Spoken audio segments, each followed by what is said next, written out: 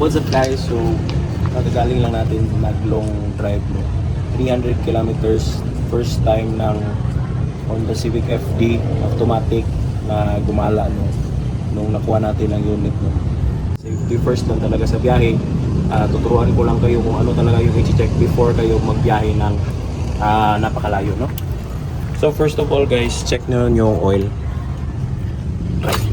Ito yung dipstick ng motor oil ng ating FD no. Ayan, dapat okay yung oil natin, nasa eksaktong level no. So dapat guys, itong oil natin is nasa eksaktong level. Ayan, dapat andyan yan siya sa medyo may tawag dito, may x no. So yan ang normal level niyan pag cold. Second guys, ang napaka-importante rin bukod sa makina natin is yung brake fluid natin no. Same importance lang siya sa makina at saka yung braking system natin. Dapat walang tagas. So pag malalaman mo na walang tagas is ayan, puno parang yung reservoir natin. Okay.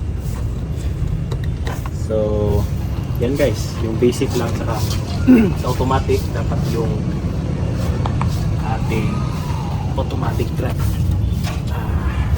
Yan, automatic transmission fluid natin nasa optimum level din, okay?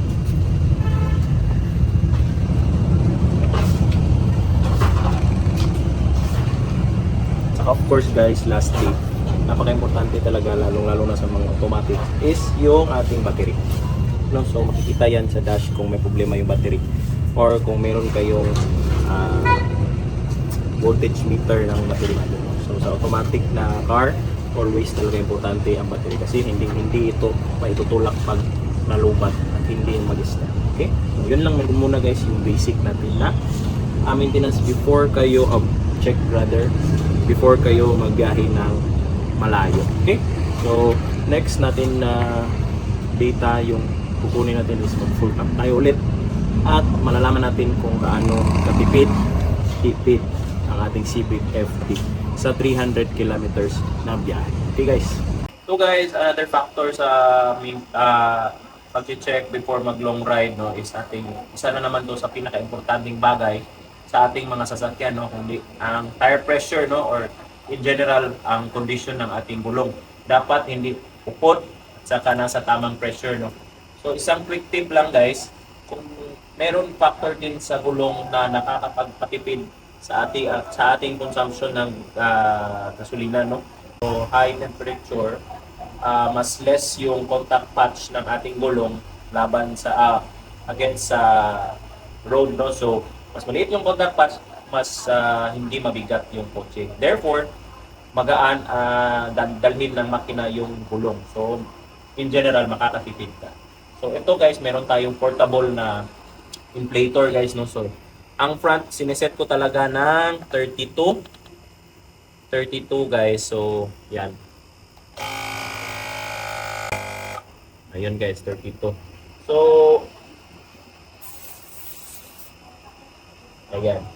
So, dito na naman sa likod, meron akong, hindi talaga dapat pareho ang likod sa harapan. Kasi dito sa likod, ang ginagawa dito is dapat mas mababa yung pressure sa likod dahil ito yung mas kumakapit pag nagko-cornering kayo ng high speed no. So sa long drive ninyo meron kayong ma-encounter na mas mabilisang pagliko no. So itong nasa likuran is malaking factor din to nakakapit at hindi kayo oversteer or yung iikot kayo no. So understeer is hindi iikot yung kotse. Oversteer is yung ito magsa-slide. So dapat guys mas mababa yung pressure sa likod kapag nagda-drive kayo ng mahaba or yung nasa mga public roads no. So isi-set ko lang to sa 26 yan. Ayan, 26 lang yan. So yun lang guys ang pro tip. Ayan guys, same na rin yun sa kabila ha. Guys, so andito tayo ngayon sa Shell no.